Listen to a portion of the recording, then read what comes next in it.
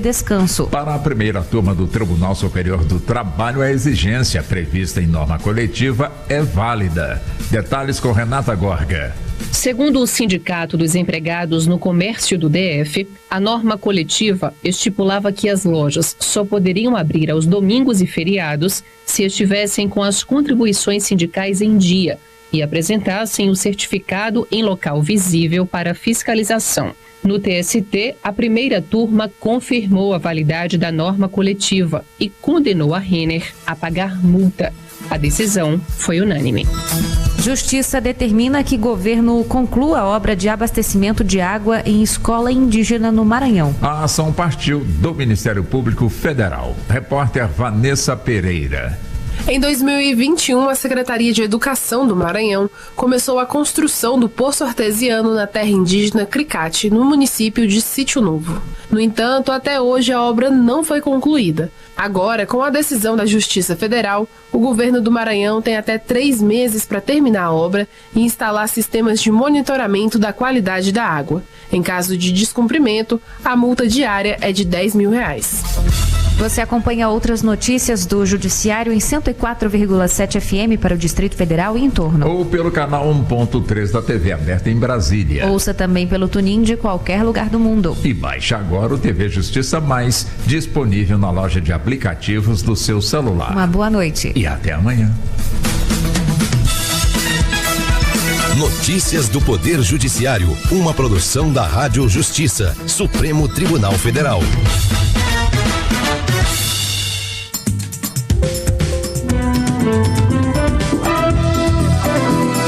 Está no ar o Jornal do Senado. Eu sou Paula Groba. E eu sou Ricardo Nacaoca. E estes são os destaques de hoje do Jornal do Senado, que começa agora. Reforma tributária. Relator estima a aprovação da segunda parte em setembro. Tratamento domiciliar pode virar obrigação para planos de saúde com internação. CPMI do INSS. Defensora Pública aponta descontos irregulares atrelados a empréstimos consignados desde 2019. Boa noite. Boa noite. O Senado deve votar até setembro a segunda parte da regulamentação da reforma tributária, segundo o relator, senador Eduardo Braga. O projeto define a criação do comitê gestor do novo imposto, que vai substituir o ICMS e o ISS, e estabelece a alíquota do tributo sobre heranças. Repórter Érica Christian. Após reunião com o ministro da Fazenda, Fernando Haddad, o senador Eduardo Braga, do MDB do Amazonas, anunciou que vai apresentar no próximo dia 9 o relatório do segundo projeto de regulamentação da reforma tributária. Ele diz que a proposta deve ser votada na Comissão de Constituição e Justiça até o dia 17. Entre os principais pontos está a criação do Comitê Gestor do Imposto sobre Bens e Serviços, responsável por administrar a arrecadação do IBS, que vai substituir o ICMS, que é estadual, e o ISS, que é municipal. Segundo a proposta, o comitê contará com representantes dos estados e municípios. Eduardo Braga acredita no acordo para votar o projeto no Senado em setembro. Essa reforma não é uma reforma do governo, é uma reforma que reestrutura o manicômio tributário de consumo, tanto é que o contencioso jurídico tributário deste país chega a 5 trilhões de reais. O projeto também define a alíquota do imposto sobre transmissão causa-mortes e doações e permite o uso da contribuição de iluminação pública para custear câmeras de vigilância.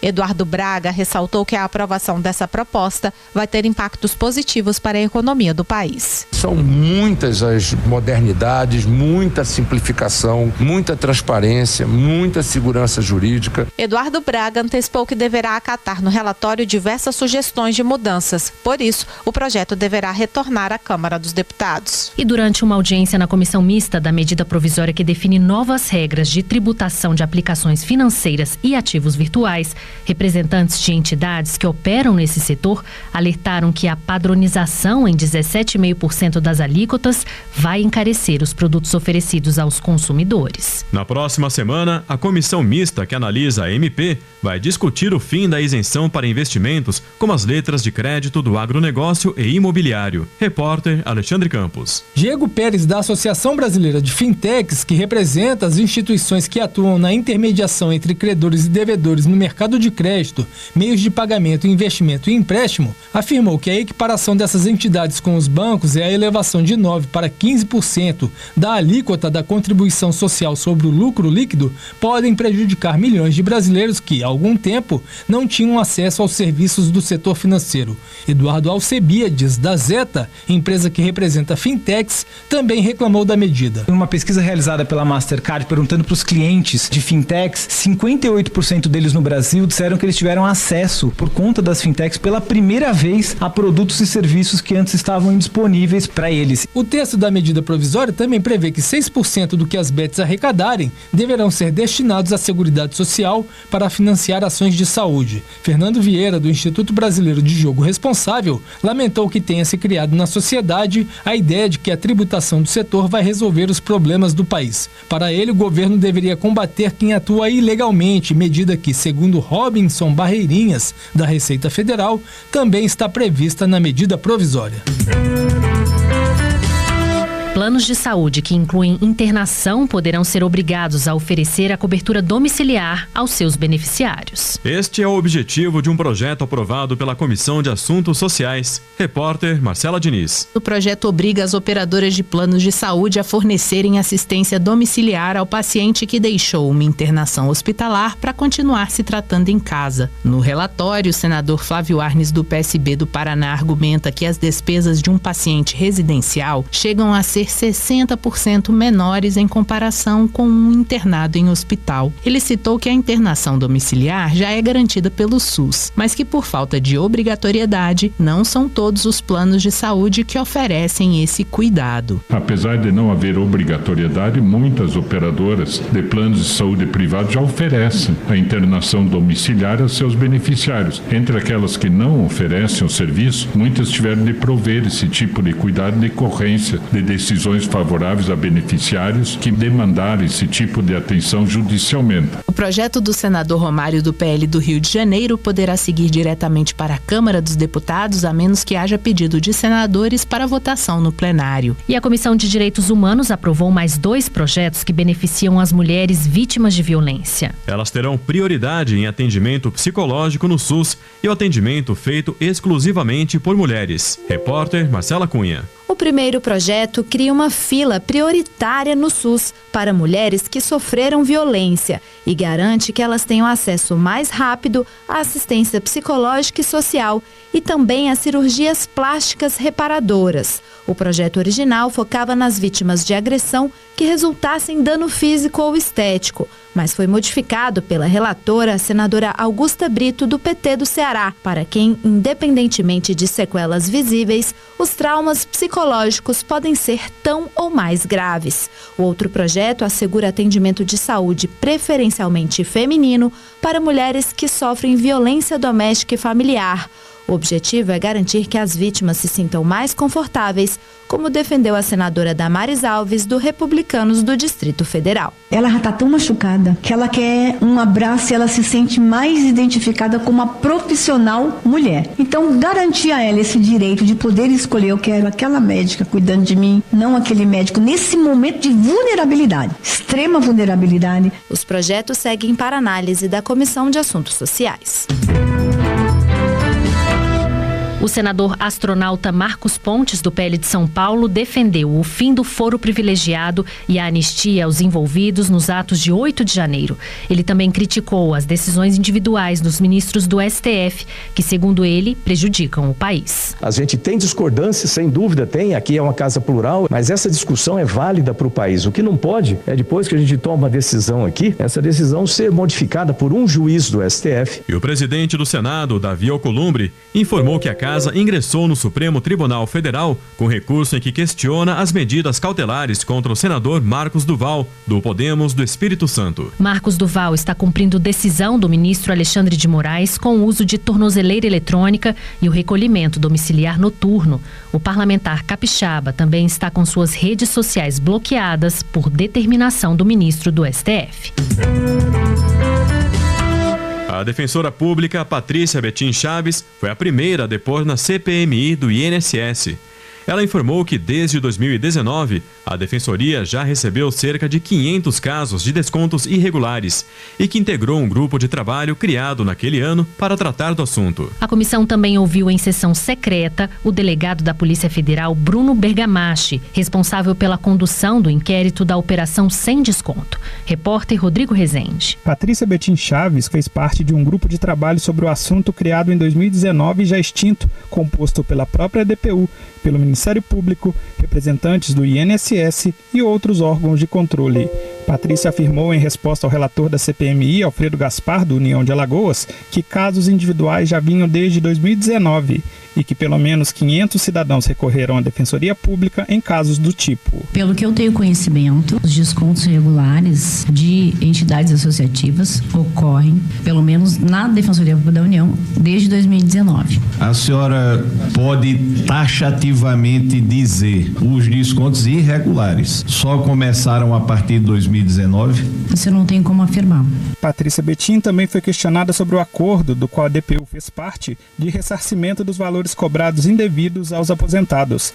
A senadora Damares Alves, do Republicanos do Distrito Federal, quis saber sobre essa opção do acordo, já que o pensionista pode deixar de receber parte de recursos. A defensora afirmou que o acordo visa a celeridade e o desafogamento da justiça. O deputado Paulo Pimenta, do PT do Rio Grande do Sul, afirmou que o aumento dos descontos indevidos se deu a partir do surgimento de diversas associações fantasmas, principalmente a partir de 2019.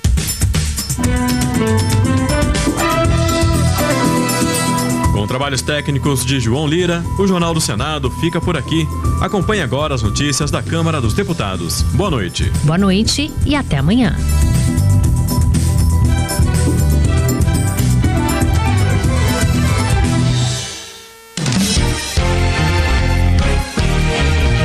Jornal Câmara dos Deputados. Câmara prorroga prazo para regularizar imóveis nas faixas de fronteira. Plenário aprova perdão de dívidas tributárias das entidades beneficentes. Avança projeto de lei que institui campanha sobre depressão em idosos.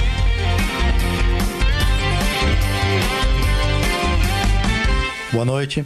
Proposta aprovada na Comissão de Saúde trata da depressão em idosos. A repórter Silvia Munhato tem os detalhes. A Comissão de Saúde da Câmara aprovou o projeto que institui campanha nacional de conscientização sobre a depressão em pessoas idosas. A relatora, a deputada Maria Rosas, do Republicanos de São Paulo, disse que o problema vem crescendo. Porque a Organização Mundial de Saúde, ela relata que a partir dos 60 anos até 64, a depressão dobra para essa população. Então, pensando nisso, esse projeto, ele cria campanhas de conscientização para que a sociedade entenda que esse idoso fica isolado, fica muitas vezes sozinho, não participa mais da sociedade como participava antes e cria nele uma depressão. Então nós temos que chamar atenção para campanhas nacionais para fazer com que esse idoso ele venha participar mais da sociedade e que a saúde dele mental é importante. A campanha deve divulgar os sintomas mais comuns da depressão,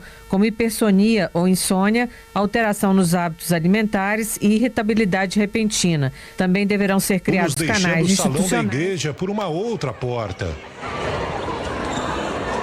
O alvo do atentado foi uma igreja que fica ao lado de um colégio católico em Minneapolis, no estado de Minnesota. Estudantes e professores participavam de uma missa que celebrava o retorno das aulas à escola. 2 alunos morreram e outras 18 pessoas ficaram feridas, a maioria crianças. A foto de uma mãe aos prantos abraçando o filho que sobreviveu à tragédia amanheceu nas capas de todos os jornais do país. The shots were like right next to me. Esse aluno da 5ª série contou que alguns tiros atingiram uma janela perto de onde ele estava sentado e que um amigo dele foi atingido nas costas. O atirador, de 23 anos, é ex-aluno da escola, onde a própria mãe trabalhou. Robert Westman aparece nesse anuário de 2017. Agora se identificava como Robin Westman. Ele tirou a própria vida antes da chegada da polícia. Segundo as autoridades, Robin Westman estava com 3 armas, entre elas um fuzil, e fez quase 120 disparos. A polícia acredita que o atentado foi planejado e só não foi ainda mais letal porque as portas da igreja estavam trancadas e Robin ficou do lado de fora. O caso é investigado como crime de ódio. As provas coletadas até agora indicam que Robin Westman tinha um fascínio por armas e atiradores. Hoje, estudantes e moradores de Minneapolis participaram de uma vigília em frente à escola e deixaram flores em homenagem às vítimas. Bairros inteiros na capital da faixa de Gaza já viraram ruínas com o avanço militar de Israel. Funcionários da ONU cobram que a entidade reconheça o massacre contra os palestinos como um genocídio. Não há mais prédios ou casas de pé no sul da cidade de Gaza. O local virou uma pilha de escombros. 1.500 residências foram destruídas pelo exército de Israel nas últimas semanas. Milhares de pessoas perderam tudo e não têm para onde ir. A ONU falou que o plano israelense de conquistar militarmente a capital do enclave terá consequências catastróficas.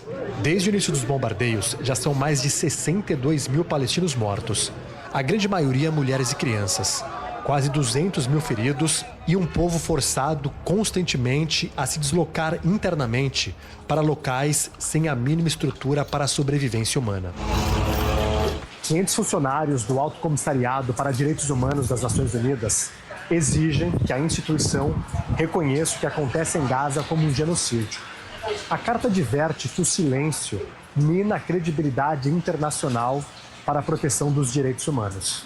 Em resposta, Israel acusa o Hamas de manipular informações e fabricar uma falsa narrativa de fome. Mas a ONU alerta: a falta de alimentos em Gaza pode matar mais de 40 mil crianças em um ano. A entidade, por meio do secretário-geral Antônio Guterres, ainda classificou como inconcebível o ataque ao Hospital Nasser, no começo da semana, que matou 20 pessoas, entre elas profissionais de saúde e jornalistas. Uma das vítimas foi a jornalista Mariam Daga, da Associated Press. Um dia antes de ser assassinada no ataque israelense, ela deixou uma carta ao filho, de 13 anos. Suas palavras foram lidas na ONU pelo embaixador da Argélia, um testamento que transpôs a formalidade diplomática e deu rosto e voz às estatísticas macabras dos massacres quase diários. Você é o coração e a alma de sua mãe. Quando eu morrer, quero que você reze por mim. Não que chore por mim. Quero que você nunca se esqueça de mim. Fiz de tudo para mantê-lo feliz e seguro. I did everything to keep you happy and safe. E quando você crescer e se casar, quando tiver uma filha, dê a ela o meu nome, de Mariam. Name her Mariam, after me. O influenciador Ítalo Santos e o marido dele foram transferidos hoje de São Paulo para um presídio na Paraíba. Os dois são acusados de exploração sexual de menores nas redes sociais. Ítalo Santos e o marido foram levados de manhã do Centro de Detenção Provisória de Pinheiros, na zona oeste de São Paulo, ao aeroporto de Guarulhos, onde embarcaram em um voo comercial escoltados por 4 policiais. O embarque foi antes dos outros passageiros, sem passar pela área comum.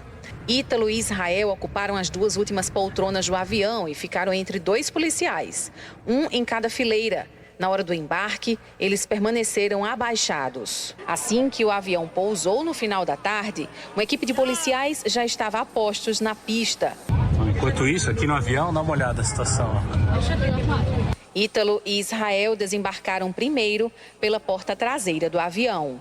Os dois foram levados até o Instituto de Polícia Científica e passaram por exames. De lá, seguiram até a penitenciária Desembargador Flósculo da Nóbrega, conhecida como Presídio do Roger, o nome do bairro na capital paraibana. Segundo a Secretaria de Administração Penitenciária do Estado, Ítalo e o marido vão ficar juntos numa cela isolada dos outros detentos por enquanto. Eles vão para um pavilhão onde ficam os presos LGBT+. A penitenciária está superlotada. presídio tem capacidade para receber até 700 detentos e hoje abriga 890 pessoas. Ítalo Santos e o marido estão presos há 2 semanas, acusados de exploração de menores e tráfico de pessoas. Eles estavam sendo investigados pelo Ministério Público da Paraíba há pelo menos 3 anos. Foi depois da repercussão da denúncia feita pelo influenciador Felca que a Justiça da Paraíba decretou a prisão preventiva do casal. Em um vídeo, Felca denunciou Ítalo e o marido por exploração de crianças e adolescentes nas redes sociais e por sexualizarem menores de idade para ganhar dinheiro. Os influenciadores foram presos no último dia 15 de agosto em Carapicuíba, na Grande São Paulo, pela Polícia Paulista. Segundo as investigações, existia o risco de que eles fugissem do país. E um adolescente de 17 anos foi detido em Alagoas, suspeito de divulgar vídeos de pedofilia e exploração sexual de menores. O menor também estaria envolvido em estupros virtuais, no incentivo à automutilação e em apologia ao nazismo. Ele foi descoberto a partir da investigação de ameaças contra o youtuber Felca, que divulgou um vídeo denunciando Ítalo Santos e outros influenciadores por exploração sexual infantil. Pesquisadores descobriram que bloquear uma enzima presente no nosso corpo pode ajudar a combater o colesterol ruim, ligado a doenças cardiovasculares que matam, infartos e AVCs. O estudo abre caminho para novos medicamentos. A dona Célia, de 92 anos, sempre manteve uma rotina saudável. Por isso, mal acreditou quando o exame apontou que o colesterol havia aumentado. Eu nunca esperava, né? Nunca. Eu estava bem. Então, de repente, você tem essa notícia, choca, né? O colesterol é uma gordura fundamental, que ajuda a formar células e hormônios essenciais para o corpo humano. Mas quando o LDL, conhecido como colesterol ruim, aparece em excesso, vira vilão. Ele aumenta o risco de AVC e outros problemas cardiovasculares, como infartos, responsáveis por 3 em cada 10 mortes no país. Até hoje, a principal forma de tratar o colesterol é com remédios tradicionais, que reduzem a produção de gordura pelo fígado e ajudam a baixar os níveis de LDL no sangue. Mas esse é um tratamento que tem as suas limitações. Agora, uma descoberta científica pode abrir um novo caminho no combate ao problema. Pesquisadores da Universidade do Texas, nos Estados Unidos, concluíram que bloquear uma enzima chamada IDO1 pode reforçar a ação do sistema imunológico do organismo. É como uma batalha silenciosa travada dentro do corpo. De um lado, o colesterol LDL, que forma placas de gordura nas artérias que dificultam a passagem do sangue. Do outro, os macrófagos, células de defesa que tentam conter esse avanço. O que a pesquisa mostrou é que, ao bloquear a enzima IDO1, os macrófagos conseguem atuar de forma mais eficiente, reduzindo o acúmulo de gordura e evitando o entupimento das artérias. Seria a redução da inflamação no corpo, particularmente no endotélio, ou seja, nos vasos, e afetaria diretamente também como é que os macrófagos, são essas células de defesa do nosso organismo, estariam agindo com relação ao colesterol. Mas a pesquisa ainda está em fase inicial, sem previsão de ensaios clínicos em humanos e menos ainda de virar um remédio na prateleira das farmácias. Até lá, vale a máxima. O melhor remédio é a prevenção. Comer bem, se exercitar, não fumar e manter os exames em dia. O coração agradece. Bom, e da saúde a gente já vai para o esporte. Começou o mata-mata da Copa do Brasil. Lívia Nepomuceno, boa noite para você. Tudo bem, Dri? Boa noite. Tudo. Os mandantes não foram bem nesses jogos de ida, né? A tal da máxima do futebol de jogar em casa, sair em vantagem, não aconteceu, Dri. Exatamente. Uma ótima noite para você de casa. Aquela velha história que a gente já conhece, mas é bom reforçar. Em jogos de torneios, assim, garantir qualquer vantagem em casa é fundamental, mas foi exatamente isso que Atlético Mineiro, Vasco e Atlético Paranaense não conseguiram. Melhor para Cruzeiro, Corinthians e Botafogo. Vamos ver. Em Belo Horizonte, a dupla do Cruzeiro, convocada para a seleção, fez valer o chamado de Ancelotti e calou os mais de 40 mil atleticanos. Primeiro, nesse golaço do zagueiro Fabrício Bruno. Caio Jorge, o artilheiro do Brasileirão, fez o segundo. Além da vantagem, o Cruzeiro encerrou um jejum de 7 partidas sem vencer o Galo. Agora, o Atlético precisa vencer por 3 gols de vantagem para avançar para as semifinais. Outro mandante que ficou devendo foi o Vasco, que até jogou melhor, mas sofreu logo no começo do jogo esse belo gol de cabeça de Arthur Cabral. O empate não demorou. Jair Rodrigues deixou tudo igual em São Januário. E teve polêmica. Após uma bola no travessão, o atacante vascaíno Ryan chutou forte. A bola bateu no braço de Marlon Freitas, do Botafogo. O árbitro Anderson Daronco não marcou. E por falar em Daronco, olha só o tombo que ele sofreu. O gol da vitória corintiana só saiu no segundo tempo. Que negão! O terceiro dele em 3 jogos seguidos. O Atlético Paranaense chegou a empatar o jogo, mas, após a revisão do VAR, o gol foi anulado por um toque de mão do atacante Viveiros, do Furacão. E durante a partida, um torcedor do Atlético invadiu o campo e agrediu o goleiro Hugo Souza. O agressor foi retirado do campo e detido. E para comentar sobre a noite de mata-mata da Copa do Brasil, feliz da vida, não poderia ser diferente, está ele, o craque Neto, até porque o Dorival tinha diversos desfalques. Um time muito diferente daquele que eliminou o Palmeiras, mas aí surge a base e Guinegão. Um menino de 18, um jovem de 18 que começou lá com 9, né, Neto? Primeiro beijo para você, Lívia, para Adriana, os maiores jornalistas desse país, e para você, que a gente vai dar uma banda ainda. Homem, fique tranquilo. Na verdade, quando você tem a dificuldade de Memphis não jogar, que ganha 6 milhões por mês. Nossa, só 6 milhões por mês.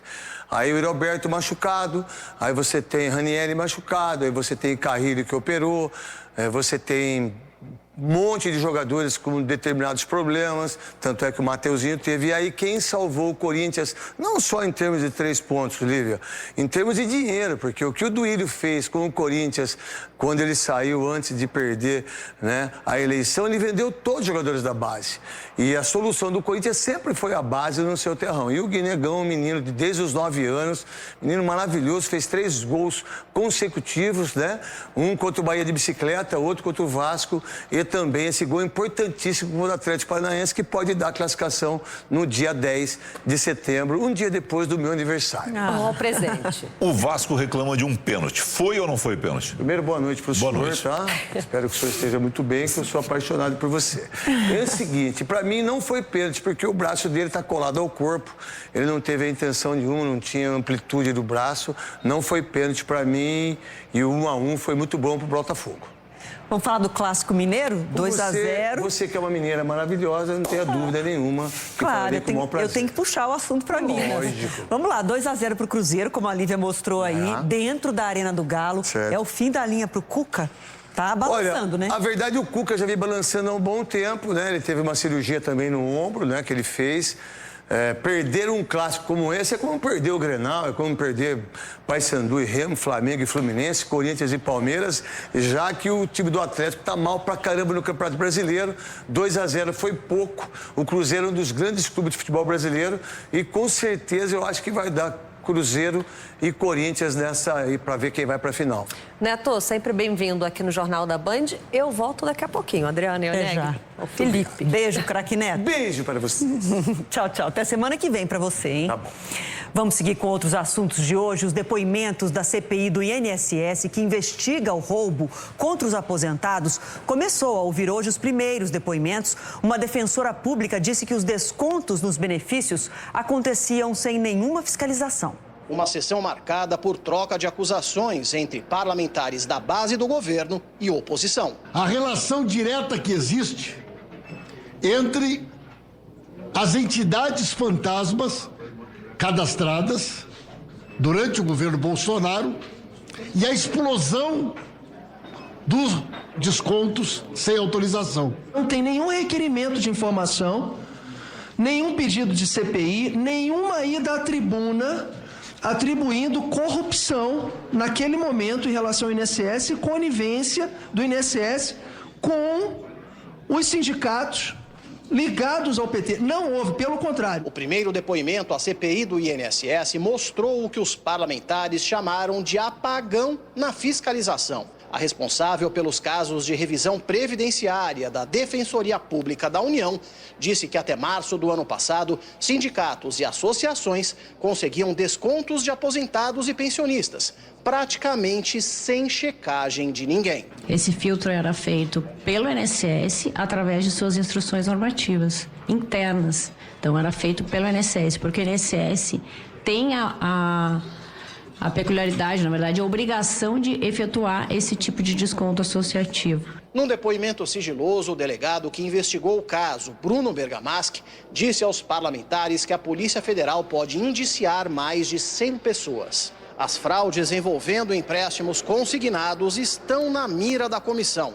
Na semana passada, o governo suspendeu o Banco Crefisa de repassar benefícios pagos pelo INSS, diante de denúncias envolvendo a coação na abertura de contas e venda casada de produtos. A Defensoria Pública da União não para de receber reclamações e pediu mais controle sobre os empréstimos diretos em folha de pagamento. E é um problema que a gente também tem que tratar, que é o superendividamento do cidadão, inclusive do aposentado.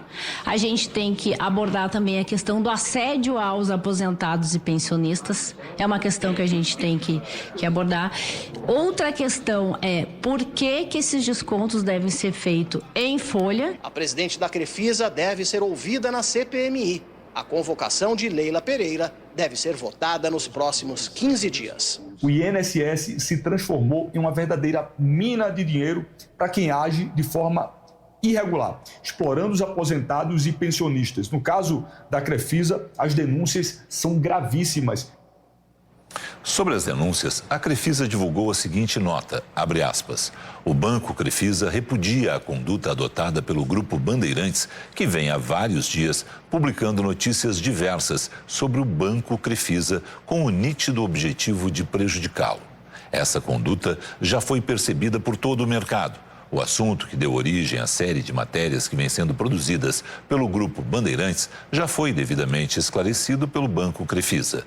A insistência do Grupo Bandeirantes em publicar matérias difamatórias contraria os princípios do jornalismo de atuação com ética e responsabilidade. Fecha aspas. A resposta a esta nota já está clara e é chocante. Nas diversas reportagens que publicamos e continuaremos a publicar, a ética do nosso jornalismo está também clara nos 88 anos de nossa história, sempre defendendo o interesse público e combatendo os malandros especializados em tomar dinheiro dos incautos e dos pobres. Daqui a pouco, Rússia faz um dos maiores ataques contra a capital da Ucrânia desde o início da guerra há 3 anos. E nos Estados Unidos, piloto é resgatado em menos de 30 segundos depois de pouso de emergência no mar. Você vai ver já já. Depois da mega operação de hoje contra o PCC, o governo determinou mudanças para a fiscalização de fintechs, que agora deverão seguir as regras dos bancos.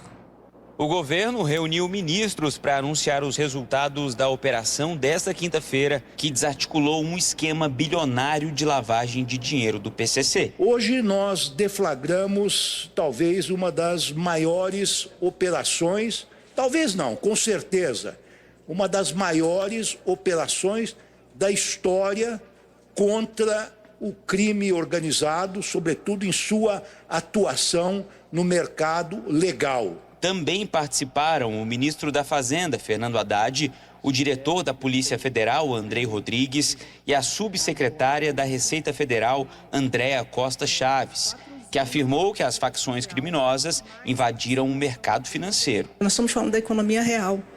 É espaço que deixa de ser ocupado por empresários legítimos que realmente querem empreender no Brasil. De acordo com a investigação, o grupo criminoso sonegou quase 8 bilhões de reais em impostos envolvendo postos de combustíveis e fundos de investimentos.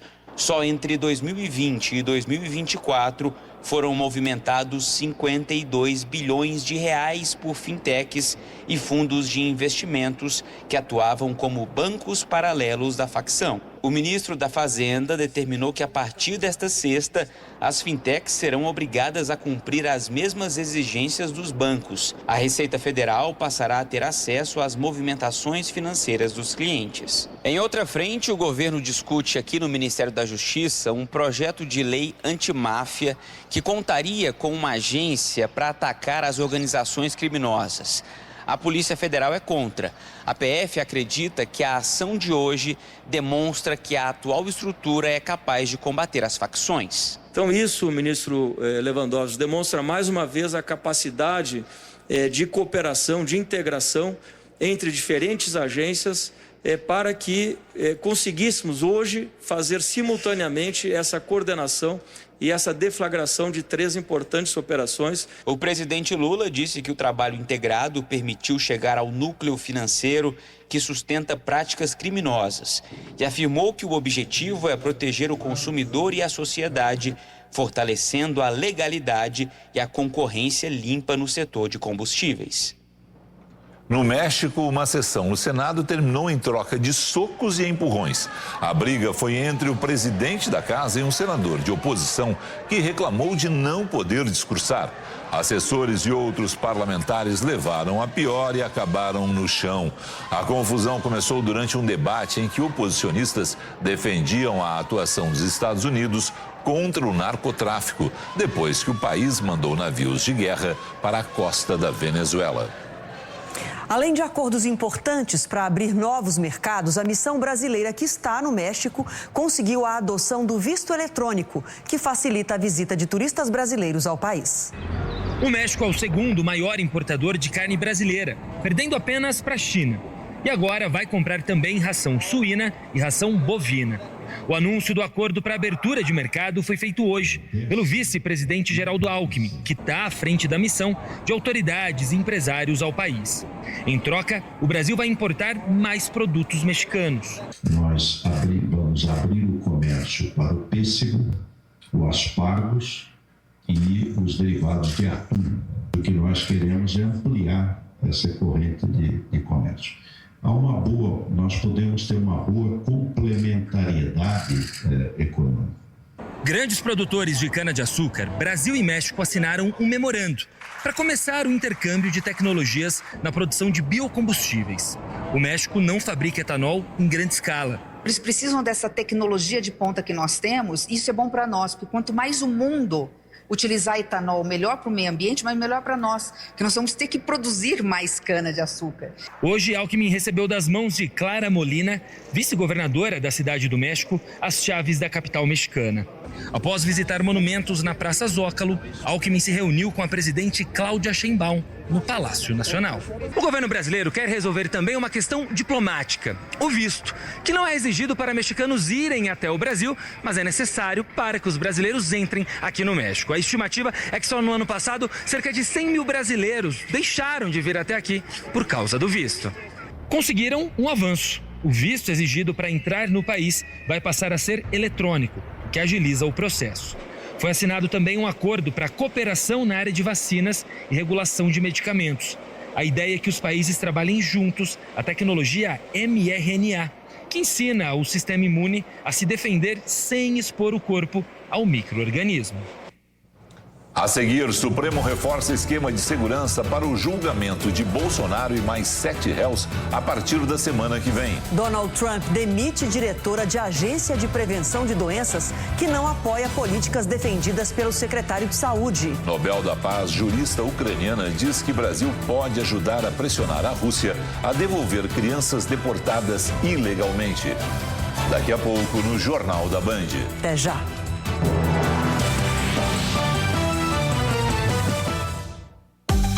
Você ouve na Band News FM a transmissão simultânea do Jornal da Band. Oferecimento Tóquio Marine Seguradora. A Tóquio resolve. E novo BYD Song Pro. Perfeito para todo tipo de família.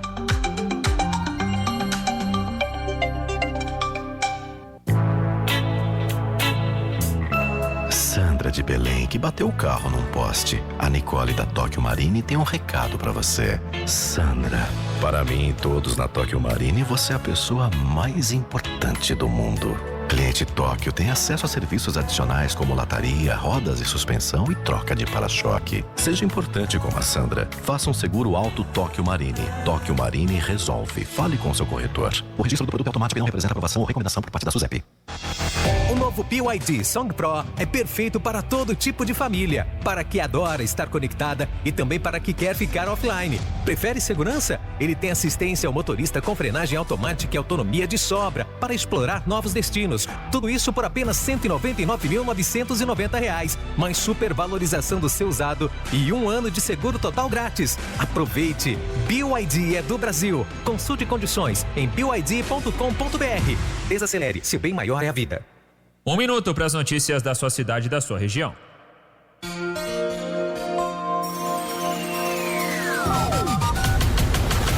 Prepare-se para viver tudo isso.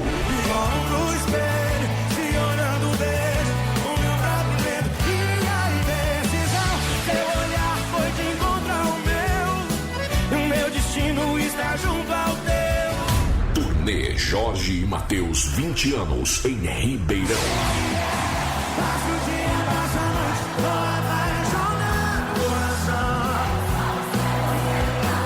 Vamos viver o extraordinário juntos. Dia 20 de dezembro, na Arena Nick Net. O último show da turnê no Brasil. E no meu sonho teu sorriso me chamando. Garanta já seu ingresso pelo site quero2ingressos.com.br. Jorge e Mateus 20 anos em Ribeirão. Então fica assim, a gente se encontra outra ocasião. Realização Forever e TED.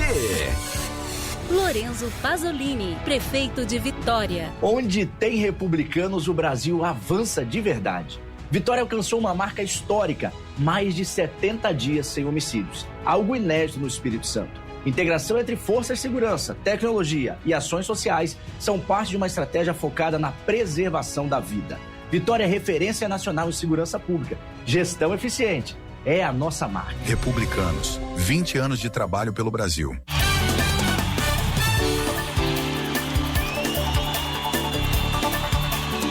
Até saiu em vantagem, o Everaldo marcou o gol para o time comandado pelo técnico Renato Gaúcho. Na verdade, o Serna estava na bola, mas com as linhas traçadas, um impedimento foi anotado ali na jogada e o gol anulado. Você fica agora com mais do Jornal da Band.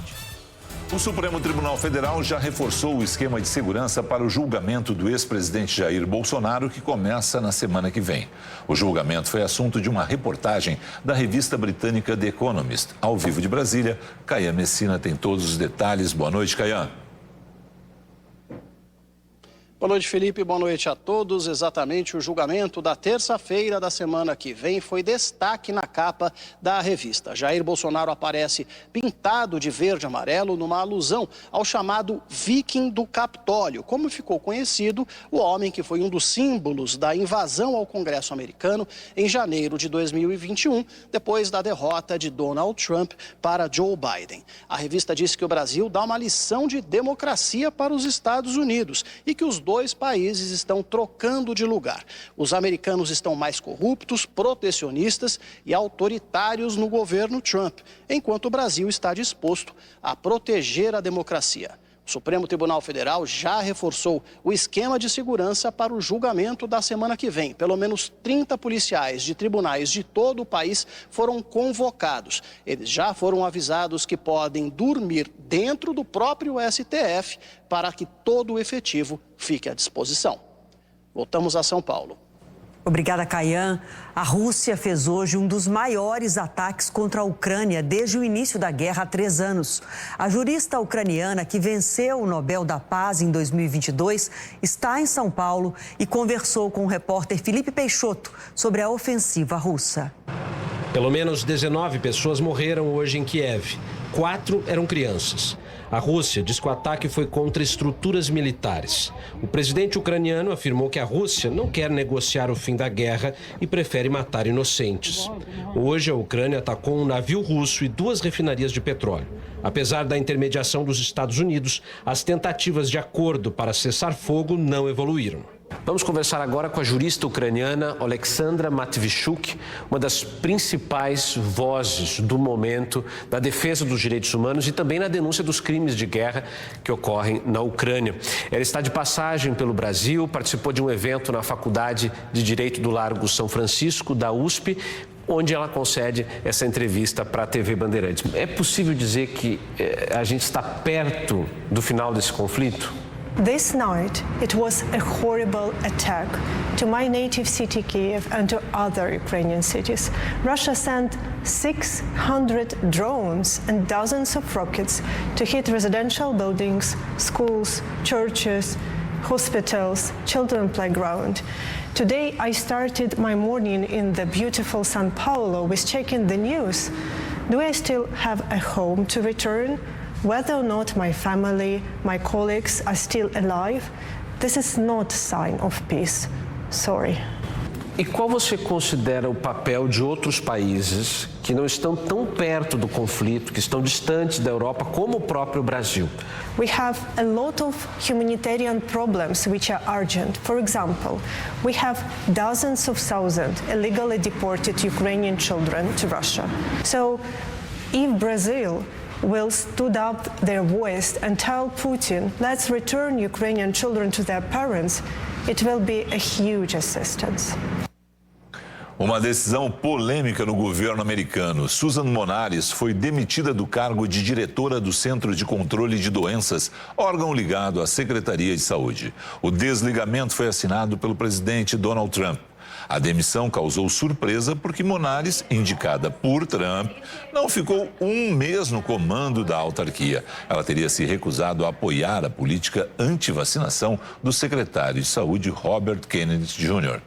Em forma de protesto, outros funcionários da agência se demitiram ao longo do dia. Robinho vai continuar preso por decisão do Supremo. Vamos ao vivo até Brasília. A Lana Canepa tem os detalhes pra gente. Boa noite, Lana. Ótima noite para vocês. Por enquanto, o placar está em 6-1. A maioria no Supremo votou para negar o segundo recurso em sessão do plenário virtual. O relator, ministro Luiz Fux, alegou que a defesa está tentando rediscutir temas já analisados pela Corte. A negativa dele foi seguida por Alexandre de Moraes, Dias Toffoli, André Mendonça e Cristiano Zanin. Apenas o ministro Gilmar Mendes votou por libertar Robinho, que está preso desde março do ano passado.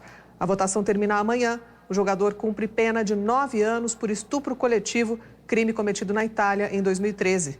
É com vocês. A seguir, tragédia nos preparativos para um show aéreo na Polônia. Avião caça cai e explode. Traficantes tentam enganar a polícia com uma viatura falsa, mas erram num detalhe. A gente confere em instantes aqui no Jornal da Band.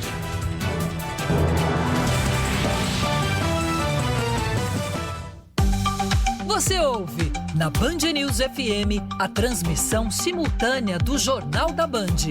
Oferecimento Tóquio Marine Seguradora. A Tóquio resolve.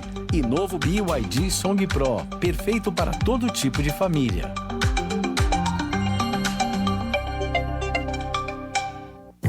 Alberto de Ribeirão Preto, que um vendaval desterrou sua loja. A Letícia da Tóquio Marine tem um recado para você. Alberto, para mim e todos na Tóquio Marine, você é a pessoa mais importante do mundo. Cliente Tóquio como você pode contratar a cobertura adicional a danos causados por vendaval, granizo e ciclone. Além de serviço de vidraceiro, fixação de antena e muito mais. Seja importante como o Alberto. Faça um seguro empresarial Tóquio Marine. Tóquio Marine resolve. Fale com o seu corretor. O registro do produto automático não representa aprovação ou recomendação por parte da SUSEP. Lorenzo Pasolini, prefeito de Vitória. Onde tem republicanos, o Brasil avança de verdade. Vitória alcançou uma marca histórica, mais de 70 dias sem homicídios. Algo inédito no Espírito Santo. Integração entre forças de segurança, tecnologia e ações sociais são parte de uma estratégia focada na preservação da vida. Vitória é referência nacional em segurança pública. Gestão eficiente é a nossa marca. Republicanos, 20 anos de trabalho pelo Brasil. BTG Pactual apresenta Minuto do Empreendedor.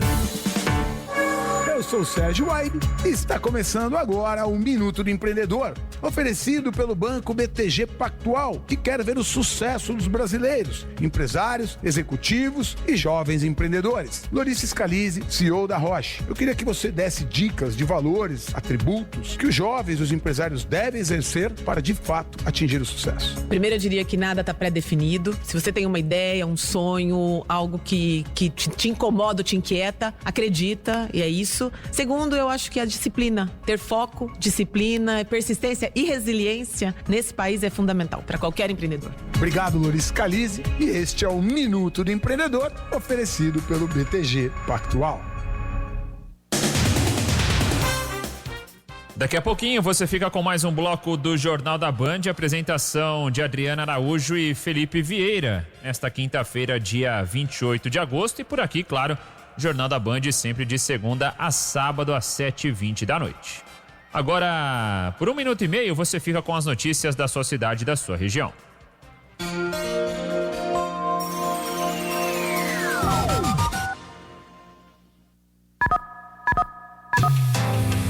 Band News FM. As notícias atualizadas o tempo todo. A reportagem em tempo real. Análise sem clichês. Jornalismo independente e irreverente. Quer ficar por dentro das notícias sem perder tempo? É aqui mesmo. Band News FM.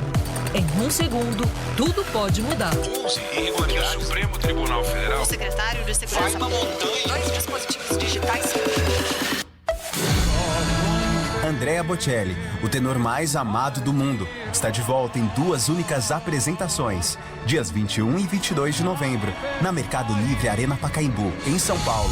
Viva uma noite inesquecível ao som de um dos maiores ícones da música mundial. Ingressos a partir de R$ 395 e com parcelamento em até 10 vezes. Garanta o seu no site oficial eventim.com.br.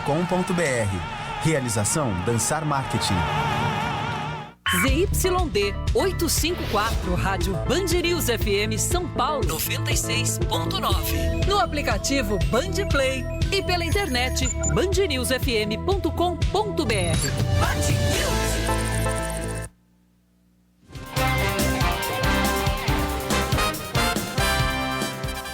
News. 8h19. Atenção, rede. Band News FM.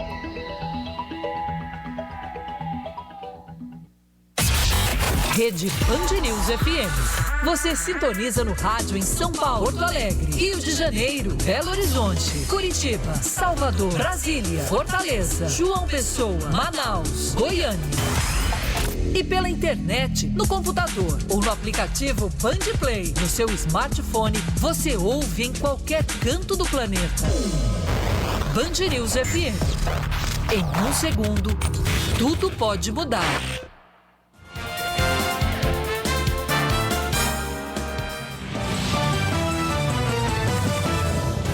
Estamos de volta com o Jornal da Band. Faustão recebeu alta hoje em São Paulo, depois de passar por um transplante de fígado e um retransplante de rim. Segundo o boletim médico, o estado clínico é bom, com bom funcionamento dos órgãos transplantados. Agora, o Faustão seguirá o processo de recuperação em casa. Traficantes colaram adesivos da Receita Federal em uma caminhonete para transportar cocaína sem que fossem descobertos. O que chamou a atenção da Polícia Rodoviária foi uma referência ao Ministério da Economia, que não existe mais há muitos anos. A Receita Federal é vinculada ao Ministério da Fazenda. Mais de 150 quilos de cocaína e celulares foram apreendidos. 2 criminosos foram presos. Um errinho básico, né? Lívia Nepomuceno de volta com a gente, correndo, hein, Lívia? Porque agora é Fórmula 1, seu assunto. Acelerando, chega de férias, gente. Vamos falar da Fórmula 1 que volta de 3 semanas de férias do verão europeu com o Grande Prêmio da Holanda, que acontece agora, neste domingo, e a Band mostra ao vivo. A Mariana Beck traz as informações pra gente. O assunto aqui no paddock é: a Cadillac aposta na experiência e abre mão de sangue novo, como o do brasileiro Felipe Drogovic. Valtteri Bottas e Sérgio Pérez, 36 e 35 anos, 26 temporadas entre os dois, que já pilotaram para equipes pequenas e campeãs mundiais, sabem como tudo funciona e têm paciência para resultados a longo prazo. A Cadillac começa do zero, muito diferente de outros times que compraram equipes já existentes e as modificaram, como a Aston Martin, que era a Racing Point, ou a Red Bull, que era a Jaguar. A última vez que isso aconteceu aqui foi com a Haas, mas a Haas tinha uma parceria de uma natureza técnica muito importante com a Ferrari, o que não vai ser a realidade da Cadillac. E por isso, ela aposta em toda possível experiência que seus membros possam trazer de outros times. Sair e voltar para a Fórmula 1 não é uma total novidade. Alonso, Ocon e Hülkenberg já passaram por isso. É uma espécie de refresco ficar desligado por um momento e ver tudo com um passo para trás do lado de fora. Qualquer um sente que você ainda tem fome. Enquanto isso, entre estes caras, só o presente interessa. No duelo pelo título entre Piastri e Norris, o detalhe do agora. Vira e desvira o jogo constantemente até o fim. De olho na McLaren, a grande favorita para o Grande Prêmio da Holanda. Eu volto amanhã. Até amanhã. Tchau, Obrigado. tchau. A seguir, um resgate difícil nos Estados Unidos. Avião cai no mar e piloto é salvo por pouco do afogamento. Um útero artificial dentro de um robô. Pesquisadores dizem que essa barriga de aluguel pode virar realidade. Daqui a pouquinho, todos os detalhes aqui no Jornal da Band.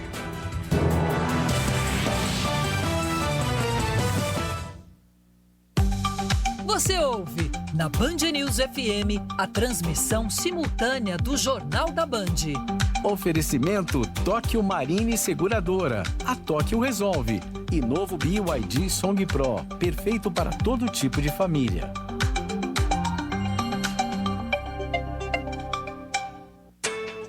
Minuto da Mobilidade Motiva. A identidade visual da Motiva simboliza a nova fase da companhia. Com a transição para a marca Motiva, o antigo grupo CCR apresenta também uma nova identidade visual, mais moderna e fluida. O anil, cor entre o azul e o violeta, distingue a companhia no setor de mobilidade. O símbolo anterior dá lugar a 3 ondas, que expressam um movimento contínuo. A nova identidade, inspirada na estética modernista brasileira, não representa apenas uma renovação do design, mas reflete a transformação da estratégia da empresa e o seu posicionamento pioneiro no setor da mobilidade. Motiva melhorar a vida das pessoas através da mobilidade. Minuto da Mobilidade Motiva. O Brasil vive um momento decisivo. A regulamentação da reforma tributária promete mudar as regras do jogo, impactando empresas, consumidores e o bolso de todos nós. No setor de comércio e serviços, competitividade é a palavra de ordem. E a inovação das fintechs surge como aliada estratégica, ampliando a inclusão financeira e criando novas oportunidades. O futuro já começou e ele exige adaptação, conhecimento e ação agora. O novo BYD Song Pro é perfeito para todo tipo de família, para que adora estar conectada e também para que quer ficar offline. Prefere segurança? Ele tem assistência ao motorista com frenagem automática e autonomia de sobra para explorar novos destinos. Tudo isso por apenas R$ 199.990, mais supervalorização do seu usado e 1 ano de seguro total grátis. Aproveite! BYD é do Brasil. Consulte condições em byd.com.br. Desacelere, seu bem maior é a vida. Aconteceu um fato aí do seu lado? O Brasil todo fica sabendo pelos nossos microfones. Na Band News FM, as notícias que te interessam têm sempre prioridade. Conectamos todas as regiões do país e abrimos espaço para um amplo debate sobre política, economia, comportamento e as diferenças de visão e entendimento nas várias regiões do Brasil. Uma rede dinâmica, com tecnologia de ponta, transmitindo jornalismo independente e de qualidade. Band News FM. Em 1 segundo, tudo pode mudar. Otaviano Pivetta, vice-governador de Mato Grosso. Onde tem republicanos, o Brasil avança de verdade. No Mato Grosso, caminho ao lado do governador Mauro Mendes, com compromisso e responsabilidade.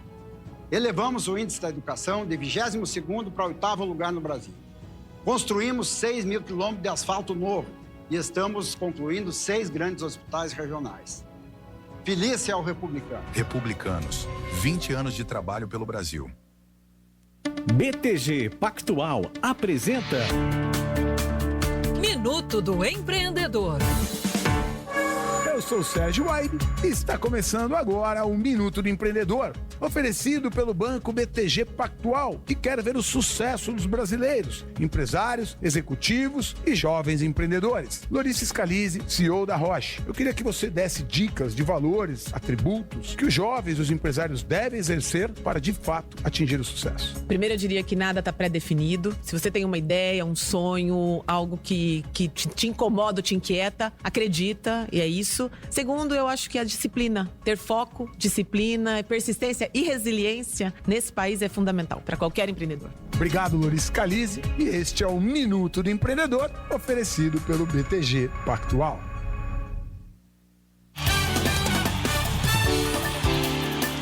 Intervalo de jogo na Arena Fonte Nova em Salvador, Bahia e Fluminense, dando sequência aos jogos de ida das quartas de final da Copa do Brasil. Vão empatando sem gols, tudo igual 0-0. O Fluminense teve um gol do Serna anulado com a ajuda do VAR por impedimento. Ontem já tivemos os primeiros compromissos. Vasco e Botafogo empataram em 1-1 em São Januário. O Corinthians fora de casa bateu o Atlético Paranaense por 1-0 e no Clássico Mineiro deu Cruzeiro 2-0 para cima do Galo na Arena MRV. Um robô poderá substituir a mãe na gestação de um filho? Cientistas chineses dizem que sim e talvez já a partir do ano que vem. O robô teria um útero artificial que alimentaria o feto até o momento do parto. Ele seria alimentado por uma sonda externa. Claro, tudo até agora não passa de um projeto, nenhum protótipo foi apresentado. Um caça da aeronáutica polonesa caiu e explodiu durante um ensaio para um show aéreo. O piloto, único ocupante, morreu na hora. As causas do acidente são investigadas. Nos Estados Unidos, um resgate dramático. Um avião monomotor fez um pouso de emergência no mar. O piloto ficou preso na cabine e só seguiu respirando porque um bolsão de ar se formou. Os socorristas agiram rápido e conseguiram tirar o piloto. O susto foi grande, mas ele sofreu apenas ferimentos leves. Começou hoje e vai até domingo a Fishing Show Brasil 2025, a maior feira de pesca esportiva da América Latina. Pantanal, Amazônia, litoral, o Brasil se tornou um paraíso para a pesca esportiva que atrai cada vez mais adeptos. A feira, que está sendo realizada no São Paulo Expo, reúne apaixonados por essa atividade. São esperados 20 mil visitantes. A feira terá a presença da Nilco, braço do grupo Bandeirantes, com entradas ao vivo em um estúdio exclusivo para os canais Terra Viva, Band Esportes e Band News TV. Além das rádios do grupo, ampliando a cobertura e dando visibilidade nacional ao evento. Obrigada pela sua companhia. Outras notícias logo mais no Jornal da Noite. O Jornal da Band volta amanhã. Boa noite. Tchau, tchau. Até amanhã. Você ouviu Jornal da Band, em transmissão simultânea aqui na Band News FM. Oferecimento Tóquio Marine Seguradora. A Tóquio resolve. E novo BYD Song Pro, perfeito para todo tipo de família.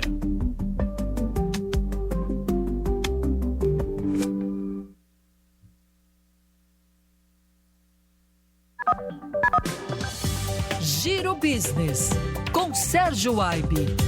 Oferecimento Sênior, o melhor e mais completo ERP do Brasil.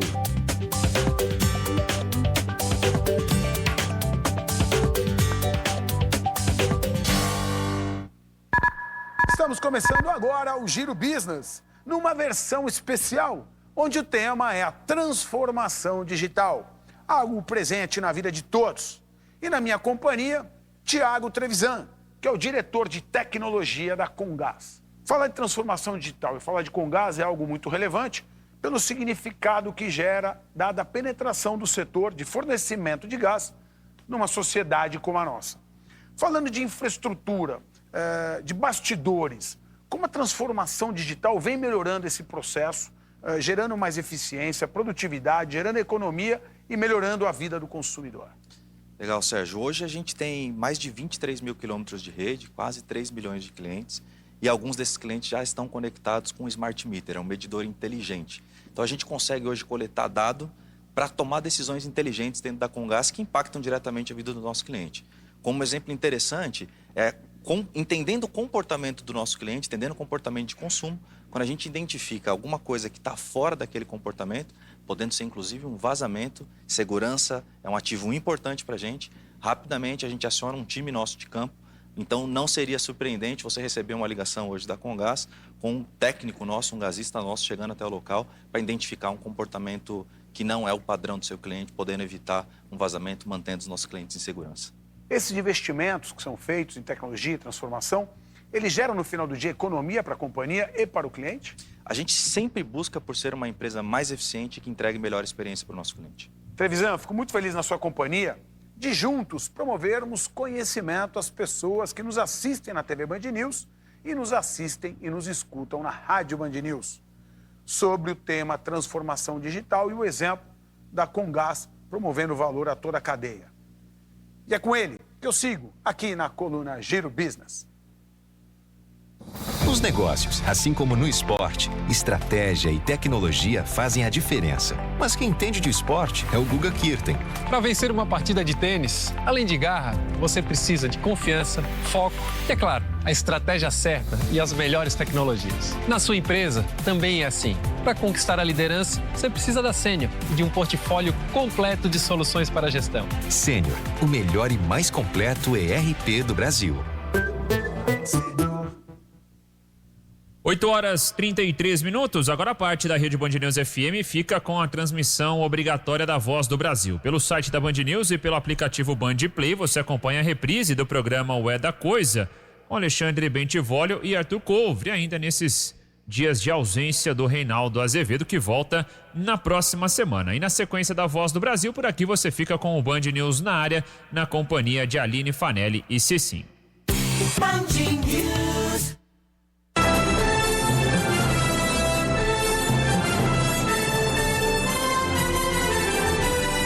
Está no ar a Voz do Brasil.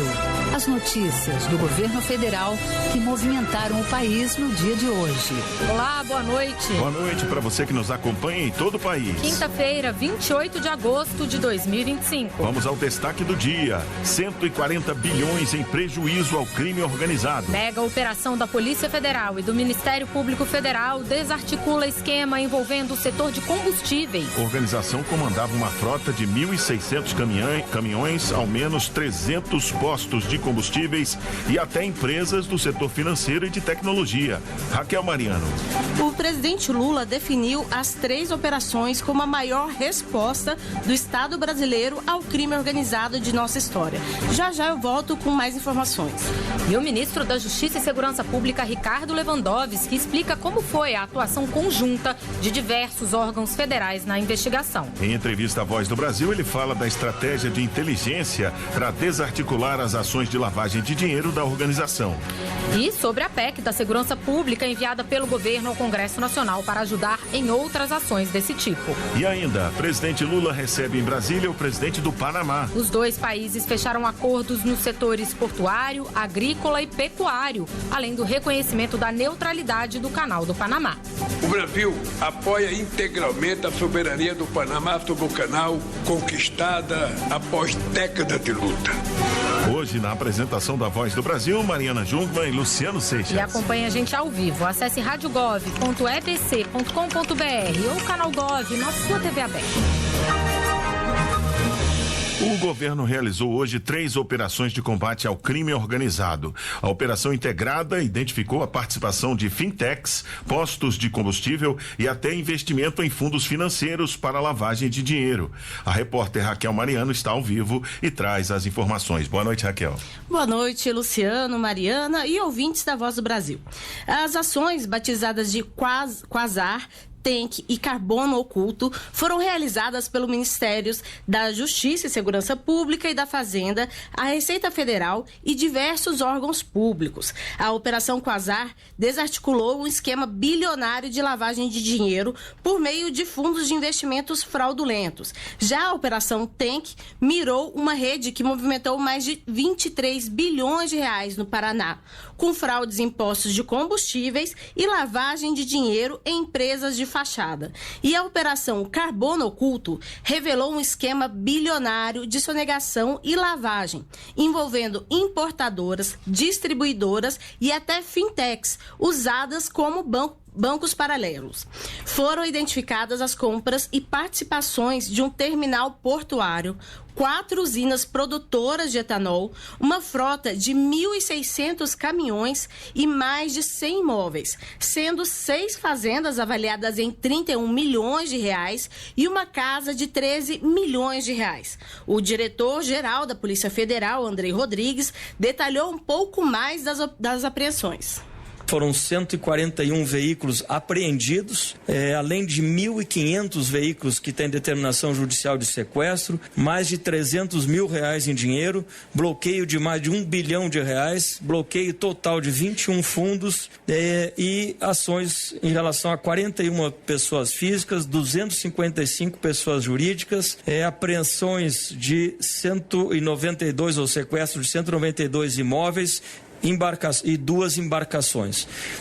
O ministro da Fazenda, Fernando Haddad, destacou que sufocar financeiramente o crime é mais eficaz do que apenas prender pessoas, porque impede a continuidade das atividades ilícitas. O crime se sofistica e o Estado tem que sofisticar a sua ação contra o crime. Porque se você prende uma pessoa, mas o dinheiro fica à disposição do crime, essa pessoa presa vai ser substituída por outra. E, em geral, o que fica preso é o personagem menos importante da estrutura criminosa. Você não chega no andar de cima do crime organizado. Essa operação é exemplar porque ela conseguiu chegar na cobertura do sistema, no andar de cima do sistema. Pelas redes sociais, o presidente Lula definiu as 3 operações como a maior resposta do Estado brasileiro ao crime organizado de nossa história. De acordo com a postagem, de acordo com a postagem, o trabalho integrado desses órgãos permitiu acompanhar toda a cadeia e atingir o núcleo financeiro que sustenta o crime organizado. Mariana, Luciana, eu volto com vocês. Obrigada, Raquel. Mariano, pelas informações ao vivo. Ainda sobre esta mega operação deflagrada hoje, nós conversamos mais cedo com o ministro da Justiça e Segurança Pública, Ricardo Lewandowski. Lewandowski falou sobre a atuação conjunta de diversos órgãos do governo federal para o aprofundamento das investigações e o impacto significativo no coração financeiro da maior organização criminosa do país. Acompanhe a entrevista. Oi, ministro, boa noite. Ministro, hoje foram deflagradas 2 operações comandadas pela Polícia Federal e mais uma pelo Ministério Público de São Paulo com a Receita Federal. Eu queria que o senhor começasse explicando para a gente como que as inteligências de diversos órgãos do governo chegaram nessas operações. Bem, na verdade, nós de longa data percebemos um fenômeno grave que não é só brasileiro, mas é mundial, porque é um fenômeno que ocorre em vários países, que é a migração do crime, especialmente do crime organizado, da ilegalidade para a legalidade. Então, nós chegamos à conclusão também que os instrumentos tradicionais de combate à criminalidade, especialmente a repressão policial, não eram suficientes para enfrentar um fenômeno tão complexo como esse, que envolve inclusive análises financeiras, contábeis, fiscais da atuação do crime organizado.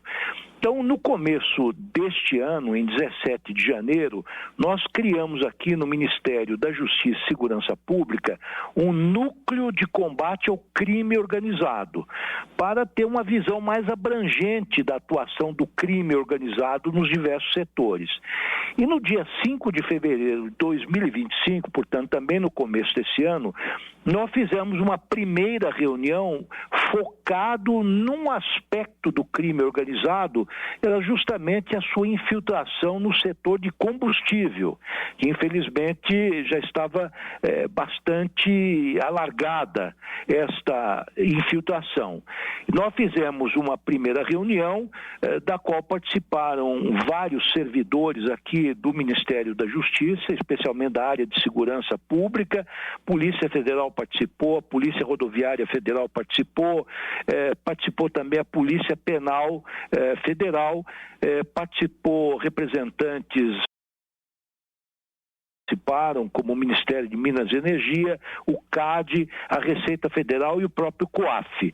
E resolvemos, então, fazer um enfoque, digamos assim, multissetorial ou multidisciplinar a esta infiltração do crime organizado no setor de combustível. Portanto, envolvendo não apenas, digamos assim, uma repressão física da adulteração, por exemplo, dos combustíveis nos postos de gasolina, mas também a importação de metanol, que era desviada dos seus destinos legais para outras finalidades ilegais. Nós também focamos na lavagem de dinheiro resultante desta atividade ilícita e, portanto, nós entendemos que a participação, sobretudo da Receita Federal, era importantíssimo. Então, nós verificamos que esse dinheiro auferido com essas atividades ilegais no setor de combustível era lavada, esse dinheiro era lavado por meio das fintechs e por meio de administradoras de fundos financeiros. E foi uma operação, ou várias operações, que demandaram muito esforço, muito planejamento e foram finalmente hoje desencadeadas com um resultado bastante significativo. Ministro, o senhor poderia detalhar um pouco mais o que foi descoberto nessas operações? O senhor falou aí de postos de combustível, fundos de investimento, até fintechs, não é isso, ministro? Exatamente. Bom, primeiro foram cumpridos 400 mandados judiciais. Mandados judiciais, obviamente, sempre com determinação da justiça. Portanto, não houve nenhuma arbitrariedade nestas operações. Nestas operações, nós descobrimos 140 bilhões de movimentações ilícitas. Nós logramos bloquear e sequestrar mais de 3,2 bilhões em bens e valores. E, além disso, nós cumprimos 14 mandados de prisão e centenas de buscas e apreensões. Nós, então, nem tínhamos ideia da dimensão desse esquema ilícito. E por meio destas 3 operações, que foram denominadas Quasar, Tanque e Carbono Oculto, nós conseguimos penetrar, digamos assim, no âmago, no coração desta atividade ilícita, que é justamente a exploração desse setor de combustíveis por parte do crime organizado, que operava não apenas, como eu disse, na adulteração do combustível, portanto, em detrimento do consumidor, claramente, que comprava um produto adulterado, inclusive que não só diminuía o rendimento de seus veículos, mas podia inclusive prejudicá-los, porque na medida que você põe um combustível adulterado, isso prejudica o mecanismo dos veículos, mas também descobrimos que havia toda uma rede de importação de metanol que era desviado, enfim, das refinarias, ia para outros destinatários, mas também o que é mais importante, esta questão da lavagem do dinheiro. E hoje a grande preocupação que os órgãos de segurança têm é com a descapitalização do crime organizado, né? O crime organizado precisa ser sufocado financeiramente e este foi um exemplo de uma operação ou de várias operações bem-sucedidas nesse sentido. Pois é, ministro, eu ia tocar nesse ponto justamente porque é um trabalho, né, que o Ministério da Justiça já vem fazendo antes dessa operação, de focar no financiamento do crime organizado, das organizações criminosas e sufocar elas financeiramente. Eu queria que o senhor, então, comentasse se vocês conseguiram atingir lideranças de alto nível com essa operação de hoje, né? Essas lideranças dessa organização criminosa, e essa questão do financiamento também, né? O senhor falou em 140 bilhões de movimentação total. Quanto vocês conseguiram, assim, digamos assim, sufocar desse valor? Bem, o que nós esperamos é agora chegar realmente a todos os níveis hierárquicos dessas organizações criminosas. O que nós pudemos identificar até o momento são os responsáveis ou os supostos responsáveis por essa lavagem de dinheiro. São aqueles que eram os gerentes ou os CEOs ou os proprietários dessas fintechs e destas administradoras de fundo. E, portanto, chegamos neste ponto. Agora, nós, deste ponto para baixo, nós vamos refazer o caminho e chegar exatamente à ponta desse... Nós descobrimos a ponta desse iceberg e vamos agora descobrir a base, quem está na base, né? Já conseguimos, enfim, identificar mais de 1.000 postos de gasolina que estavam envolvidos neste esquema, lavando dinheiro e fornecendo produtos adulterados, e agora essas operações evidentemente vão continuar. Nós, com esses mandados de busca e apreensões, centenas de buscas e apreensões, nós arrecadamos um material que precisa agora ser decodificado, precisa ser estudado, né? E isto leva um certo tempo, mas a partir do deciframento desses documentos que foram arrecadados, apreendidos, é que nós vamos então ter novos desdobramentos. Ministro, possivelmente até outras prisões. Pois não. A PEC da segurança que o senhor enviou ao Congresso Nacional, de que forma está ajudando nessa mudança do ritmo ou da estratégia de investigação? Pois a operação de hoje, que envolveu não só a cooperação de órgãos na área federal, sobretudo a Polícia Federal, com a Receita Federal, mas também a cooperação dos ministérios públicos de 10 estados, porque esta operação se estendeu por 10 estados da Federação Brasileira, envolveu polícias civis e militares locais, então mostrou a importância da cooperação das forças de segurança ao nível federativo. Então, esta PEC que está tramitando no Congresso Nacional tem exatamente esse escopo, esse objetivo, é de permitir uma cooperação permanente das forças de segurança das 27 unidades da Federação Brasileira. Porque como o crime organizado não é mais local, mas é nacional e até transnacional, é só o governo federal, a meu ver, só o governo brasileiro, ao nível nacional, é que pode fornecer, digamos assim, as diretrizes para uma cooperação mais ampla ao nível federativo. E por isso que nós insistimos e achamos que é fundamental a aprovação dessa PEC para fazer com que esta operação bem sucedida, que é uma operação, digamos assim, isolada nesse momento, se transforme esta operação em outras operações de caráter institucional e permanente. Muito bem, nós conversamos com o ministro da Justiça e Segurança Pública, Ricardo Lewandowski. Ministro, muito obrigada pela sua entrevista à Voz do Brasil, pela sua atenção. Obrigado. Eu que agradeço a atenção e a oportunidade de falar ao povo brasileiro.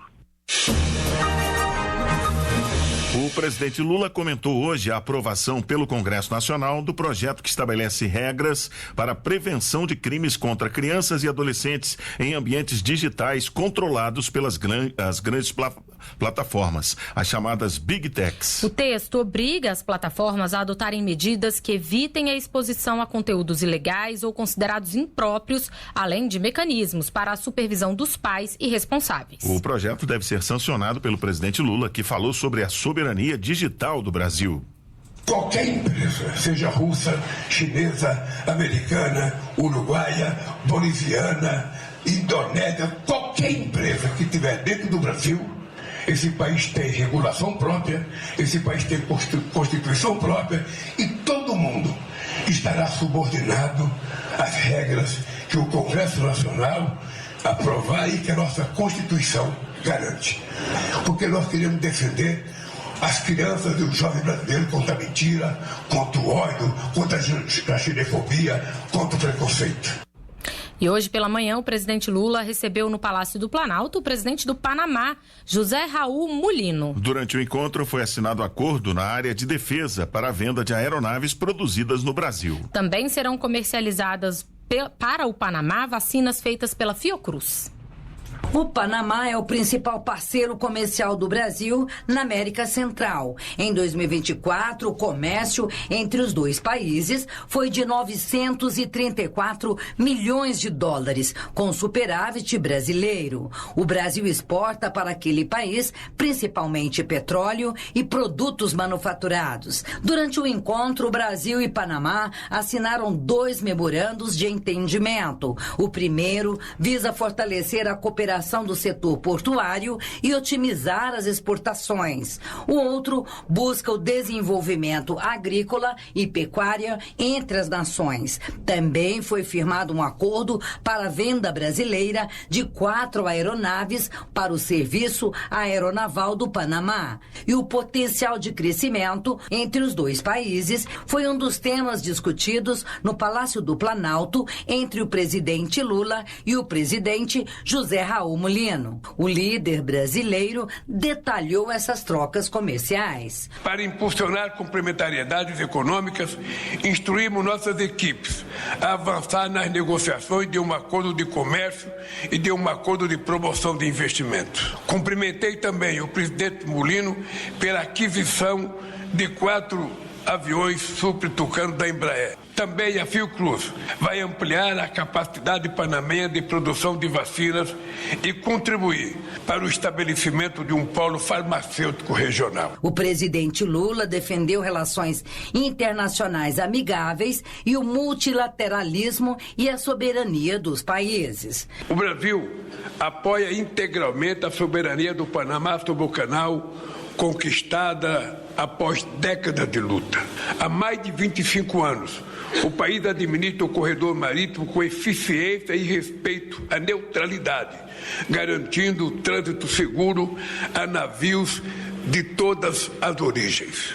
Por isso, decidimos nos somar ao tratado relativo à neutralidade permanente e ao funcionamento do Canal do Panamá. O presidente Lula convidou o presidente do Panamá, José Raul Mulino, para voltar ao Brasil na Conferência das Nações Unidas sobre Mudanças Climáticas de 2025, a COP30, que vai acontecer em Belém em novembro. Reportagem Cleide Lopes. E agora há pouco o presidente Lula recebeu no Palácio do Planalto as atletas medalhistas da ginástica rítmica que conquistaram 2 medalhas de prata inéditas no Campeonato Mundial de Ginástica Rítmica realizado no Rio de Janeiro. 6 das 7 ginastas que disputaram o Mundial são beneficiárias do Bolsa Atleta, entre elas a capitã da seleção, Maria Eduarda Aracaki. O ministro do Esporte, André Fufuca, destacou que a realização do Mundial contou com o apoio de R$2 milhões do governo federal. Desde 2012, os investimentos do Ministério na ginástica rítmica ultrapassam R$17 milhões. Cooperação para o desenvolvimento de vacinas contra doenças como a dengue. E abertura de novos mercados na agropecuária. São alguns dos resultados da viagem da comitiva brasileira ao México. Os detalhes na reportagem de Pablo Mundim. A agenda da comitiva brasileira no México já trouxe resultados concretos. Os dois países assinaram memorandos de cooperação em áreas estratégicas. Na saúde, a Fiocruz e laboratórios mexicanos vão trabalhar juntos no desenvolvimento de vacinas com RNA mensageiro para avançar no combate a arboviroses, como a dengue. Também foi firmado um acordo entre a Anvisa e a Agência Reguladora do México para acelerar a análise de processos sanitários, como destacou o vice-presidente e ministro do Desenvolvimento, Indústria, Comércio e Serviços, Geraldo Alckmin. O México está registrando um novo fármaco, um novo princípio ativo aqui no México. Então, as fases que nós fizemos lá no Brasil valem aqui para o México. As fases que eles fizerem aqui valem para nós lá. Então a gente suprime uma série de fases no reconhecimento, na aprovação de novos produtos e com isso a gente antecipa o lançamento, ganha tempo e reduz custos. Nesta quinta-feira, o vice-presidente brasileiro participou de audiência com a presidente do México, Cláudia Sheinbaum, para tratar de parcerias estratégicas entre os dois países. Outro destaque é a cooperação em biocombustíveis. O Brasil, referência mundial na produção de etanol, vai compartilhar sua experiência com o México. A parceria prevê transferência de tecnologia e intercâmbio de equipamentos e metodologias para impulsionar o setor. Também ficou acordada a cooperação em áreas de produção agrícola e pecuária e abertura de novos mercados, como anunciou o vice-presidente Geraldo Alckmin. O trabalho todo é fazer uma sinergia. É a gente poder aumentar a corrente de comércio, que já é importante. Vamos abrir o comércio para o pêssego, o aspargos e os derivados de atum. E eles abrem o comércio para nós para a farinha de bovino e suíno. É ração. Alckmin mencionou também avanços no setor da aviação civil. Destacou que passageiros do Brasil e do México poderão usar visto eletrônico para transitar entre os dois países. Antes de embarcar para o Brasil, o vice-presidente participa de evento da Associação Brasileira de Proteína Animal, em parceria com a Agência Brasileira de Promoção de Exportações e Investimentos, a Apex Brasil, sobre segurança alimentar e comércio internacional de proteína animal. Alckmin destacou que o México já é o segundo principal destino de carne bovina brasileira. Reportagem Pablo Mundim. Uma ação nacional promove a inspeção em estabelecimentos credenciados pelo programa Farmácia Popular em mais de 20 estados. A iniciativa está sendo realizada pelo Ministério da Saúde e a Controladoria Geral da União. As visitas têm como objetivo assegurar o uso adequado dos recursos públicos, o acesso a medicamentos e insumos e a qualidade do atendimento à população. O Farmácia Popular oferece 41 itens de forma gratuita à população. No primeiro semestre do ano, 22 milhões de pessoas foram beneficiadas. Atualmente, mais de 24 mil farmácias estão ativas no programa, presentes em todos os estados brasileiros, alcançando 97% da população. E essas foram as notícias do governo federal. Uma realização da Secretaria de Comunicação Social da Presidência da República. Com produção da empresa Brasil de Comunicação. Fique agora com as notícias do Poder Judiciário e do Congresso Nacional. Boa noite. Boa noite para você e até amanhã.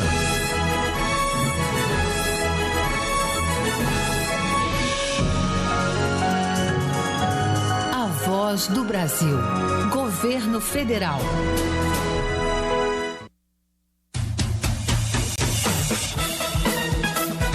Você vai ouvir agora notícias do Poder Judiciário. Supremo Tribunal Federal suspende bloqueio de bens e valores da Fundação de Apoio à Pesquisa do Distrito Federal. O Superior Tribunal de Justiça define que leitura pode gerar remissão de pena, desde que validada por comissão imparcial. Tribunal Superior Eleitoral confirma multa à eleitora por doação de campanha acima do limite legal. Boa noite, eu sou Ariana Fonseca. E eu sou Walter Lima. O Supremo Tribunal Federal suspendeu o bloqueio de bens e valores da Fundação de Apoio à Pesquisa do Distrito Federal. O ministro Flávio Dino determinou que o pagamento de dívidas da Fundação siga o regime constitucional dos precatórios. Mais informações com Marcelo Della Libera. A Justiça do Distrito Federal havia determinado a penhora ou bloqueio de bens e valores da Fundação para pagamento de dívidas reconhecidas judicialmente. Ao conceder a liminar, o ministro Flávio Dino verificou que a Fundação Pública do DF cumpre os requisitos estabelecidos pela jurisprudência do STF para estar sujeita ao regime de precatórios por ter natureza pública, executar atividades de interesse social em ambiente não concorrencial e sem fins lucrativos. O regime de precatórios é o mecanismo previsto na Constituição Federal para o pagamento de débitos do poder público decorrentes de condenações judiciais. Nesse modelo, os valores devem obrigatoriamente ser incluídos no orçamento e pagos em ordem cronológica de apresentação. O Superior Tribunal de Justiça afirmou o entendimento de que o ato de ler deve ser incluído no conceito de estudo para fins de remissão, ou seja, de redução de parte da pena. Segundo os para a ressocialização de presos, repórter Fátima Uchoa. A tese da terceira sessão do STJ foi fixada sob o rito dos recursos repetitivos e, com isso, deve orientar os tribunais do país na análise de casos com a mesma questão jurídica. O artigo 126 da Lei de Execução Penal cita apenas a remissão por trabalho ou estudo. Porém, segundo o relator, ministro Og Fernandes, a interpretação da norma deve contemplar a leitura como atividade passível de gerar esse benefício, já que ler é o principal método para estudar e aprender. Tribunal Superior Eleitoral confirma multa por doação de campanha acima do limite legal. Eleitora de São Paulo vai ter que pagar mais de R$5 mil de multa. Mais informações com Júlia Araújo. Priscila Silva Ribeiro já havia sido condenada pelo Tribunal Regional Eleitoral de São Paulo. A multa foi fixada em R$ 5.118,40, porque o valor doado pela eleitora a um candidato às eleições de 2022 foi superior a 10% dos rendimentos brutos dela no ano anterior, o que é proibido por lei. Loja de departamentos vai ter de pagar multa por descumprir exigência para abertura em dias de descanso. Para a primeira turma do Tribunal Superior do Trabalho, a exigência prevista em norma coletiva é válida. Detalhes com Renata Gorga. Segundo o Sindicato dos Empregados no Comércio do DF, a norma coletiva estipulava que as lojas só poderiam abrir aos domingos e feriados se estivessem com as contribuições sindicais em dia e apresentassem o certificado em local visível para fiscalização. No TST, a primeira turma confirmou a validade da norma coletiva e condenou a Renner a pagar multa. A decisão foi unânime. Justiça determina que governo conclua a obra de abastecimento de água em escola indígena no Maranhão. A ação partiu do Ministério Público Federal. Repórter Vanessa Pereira. Em 2021, a Secretaria de Educação do Maranhão começou a construção do poço artesiano na terra indígena Cricate, no município de Sítio Novo. No entanto, até hoje a obra não foi concluída. Agora, com a decisão da Justiça Federal, o governo do Maranhão tem até 3 meses para terminar a obra e instalar sistemas de monitoramento da qualidade da água. Em caso de descumprimento, a multa diária é de R$10 mil. Você acompanha outras notícias do Judiciário em 104,7 FM para o Distrito Federal e em torno. Ou pelo canal 1.3 da TV aberta em Brasília. Ouça também pelo TuneIn de qualquer lugar do mundo. E baixe agora o TV Justiça Mais, disponível na loja de aplicativos do seu celular. Uma boa noite. E até amanhã. Notícias do Poder Judiciário, uma produção da Rádio Justiça, Supremo Tribunal Federal.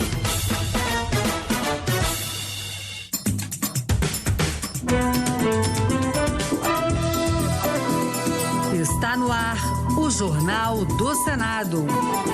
Eu sou Paula Groba. E eu sou Ricardo Nacaoca. E estes são os destaques de hoje do Jornal do Senado, que começa agora. Reforma tributária.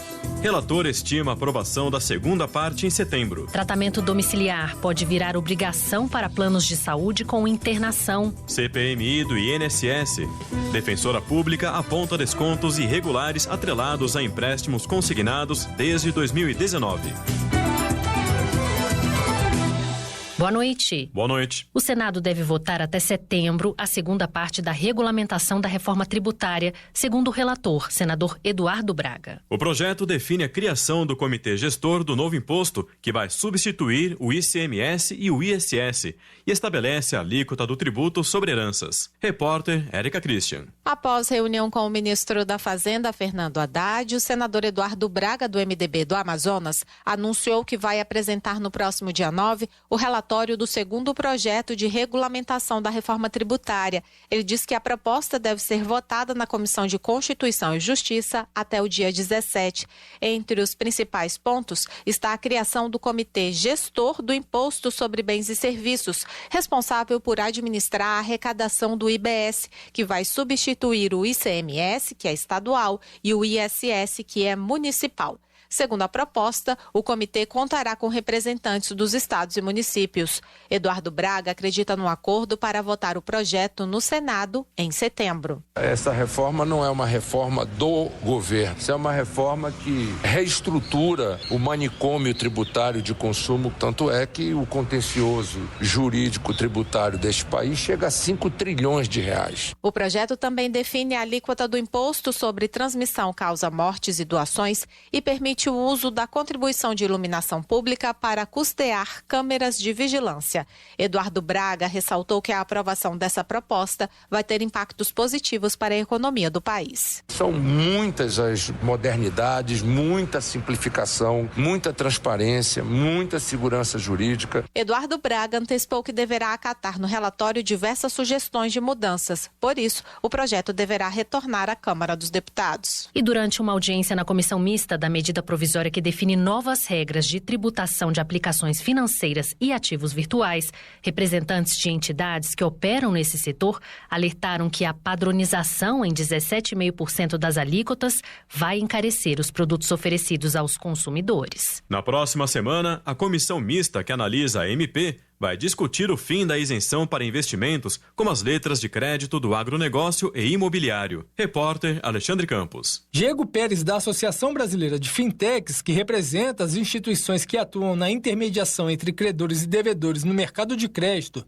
meios de pagamento, investimento e empréstimo, afirmou que a equiparação dessas entidades com os bancos e a elevação de 9% para 15% da alíquota da contribuição social sobre o lucro líquido podem prejudicar milhões de brasileiros que, há algum tempo, não tinham acesso aos serviços do setor financeiro. Eduardo Alcebiades, da Zeta, empresa que representa fintechs, também reclamou da medida. Em uma pesquisa realizada pela Mastercard, perguntando para os clientes de fintechs, 58% deles no Brasil disseram que eles tiveram acesso, por conta das fintechs, pela primeira vez a produtos e serviços que antes estavam indisponíveis para eles. O texto da medida provisória também prevê que 6% do que as bets arrecadarem deverão ser destinados à Seguridade Social para financiar ações de saúde. Fernando Vieira, do Instituto Brasileiro de Jogo Responsável, lamentou que tenha se criado na sociedade a ideia de que a tributação do setor vai resolver os problemas do país. Para ele, o governo deveria combater quem atua ilegalmente, medida que, segundo Robinson Barreirinhas, da Receita Federal,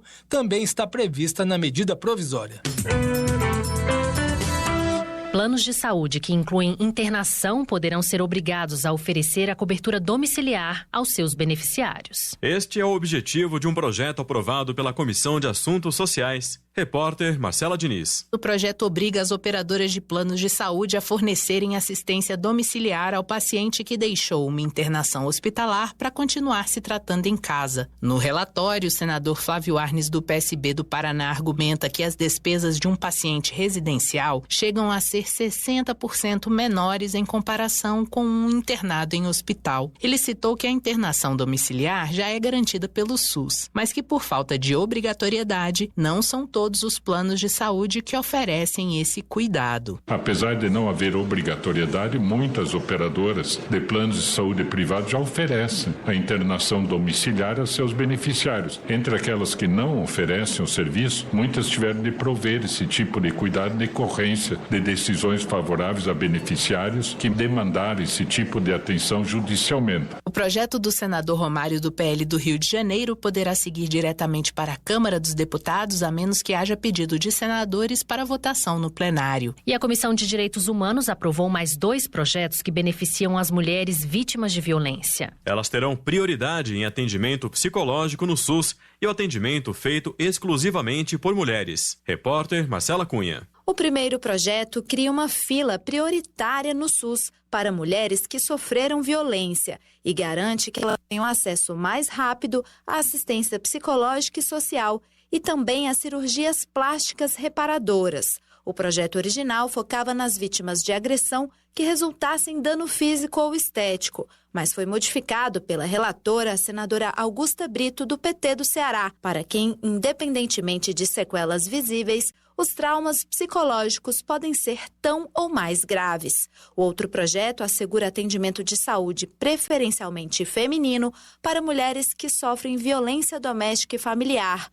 O objetivo é garantir que as vítimas se sintam mais confortáveis como defendeu a senadora Damares Alves, do Republicanos do Distrito Federal. Ela já está tão machucada que ela quer um abraço e ela se sente mais identificada como uma profissional mulher. Então, garantir a ela esse direito de poder escolher, eu quero aquela médica cuidando de mim, não aquele médico, nesse momento de vulnerabilidade, extrema vulnerabilidade. Os projetos seguem para análise da Comissão de Assuntos Sociais.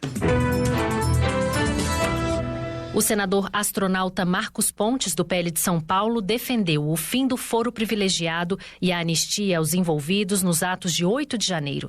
Ele também criticou as decisões individuais dos ministros do STF, que, segundo ele, prejudicam o país. A gente tem discordância, sem dúvida tem, aqui é uma casa plural, mas essa discussão é válida para o país. O que não pode é, depois que a gente toma uma decisão aqui, essa decisão ser modificada por um juiz do STF. E o presidente do Senado, Davi Alcolumbre, informou que a casa ingressou no Supremo Tribunal Federal com recurso em que questiona as medidas cautelares contra o senador Marcos Duval, do Podemos do Espírito Santo. Marcos Duval está cumprindo decisão do ministro Alexandre de Moraes com o uso de tornozeleira eletrônica e o recolhimento domiciliar noturno. O parlamentar capixaba também está com suas redes sociais bloqueadas por determinação do ministro do STF.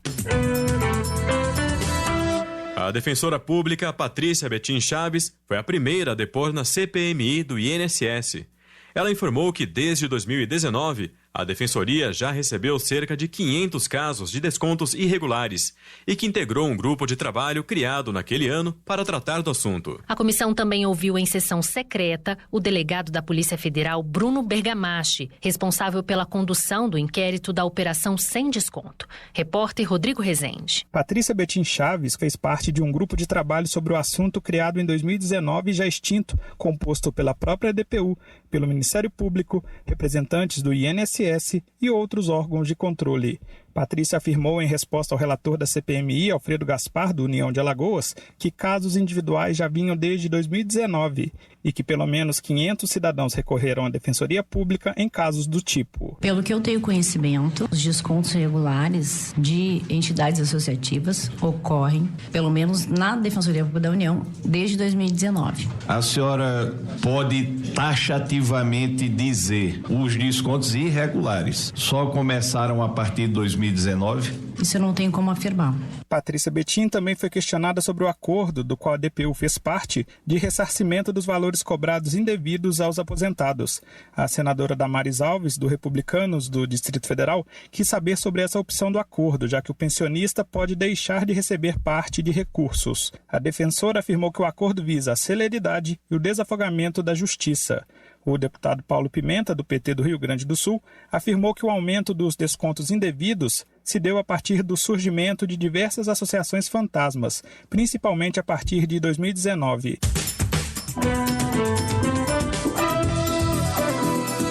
Com trabalhos técnicos de João Lira, o Jornal do Senado fica por aqui. Acompanhe agora as notícias da Câmara dos Deputados. Boa noite. Boa noite e até amanhã.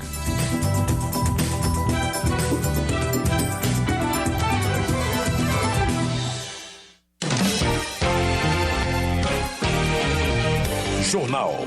Câmara dos Deputados. Câmara prorroga prazo para regularizar imóveis nas faixas de fronteira. Plenário aprova perdão de dívidas tributárias das entidades beneficentes. Avança projeto de lei que institui campanha sobre depressão em idosos.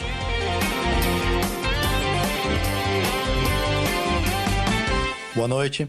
Proposta aprovada na Comissão de Saúde trata da depressão em idosos. A repórter Silvia Munhato tem os detalhes. A Comissão de Saúde da Câmara aprovou o projeto que institui campanha nacional de conscientização sobre a depressão em pessoas idosas. A relatora, a deputada Maria Rosas, do Republicanos de São Paulo, disse que o problema vem crescendo. Porque a Organização Mundial de Saúde, ela relata que a partir dos 60 anos até 64, a depressão dobra para essa população. Então, pensando nisso, esse projeto, ele cria campanhas de conscientização, para que a sociedade entenda que esse idoso fica isolado, fica muitas vezes sozinho, não participa mais da sociedade como participava antes e cria nele uma depressão. Então nós temos que chamar atenção para campanhas nacionais para fazer com que esse idoso ele venha participar mais da sociedade e que a saúde dele mental é importante. A campanha deve divulgar os sintomas mais comuns da depressão, como hipersonia ou insônia,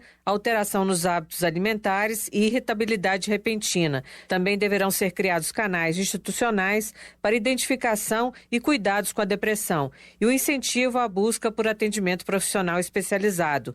Para o cumprimento das diretrizes, poderão ser firmadas parcerias da União com os estados, o Distrito Federal e os municípios, além de organizações e entidades privadas com atuação na área da pessoa idosa, para a promoção de eventos, distribuição de material informativo e realização de palestras. A proposta que promove campanhas sobre a depressão em idosos será analisada agora pelas comissões de defesa dos direitos da pessoa idosa, de finanças e tributação e de Constituição e Justiça. Da Rádio Câmara de Brasília, Silvia Munhato. Direitos Humanos. A Câmara aprovou o projeto que cria regras para a proteção de crianças e adolescentes no âmbito virtual. Jacques Rocha, do PT do Espírito Santo, celebra a votação porque avalia que a medida protege crianças e adolescentes vítimas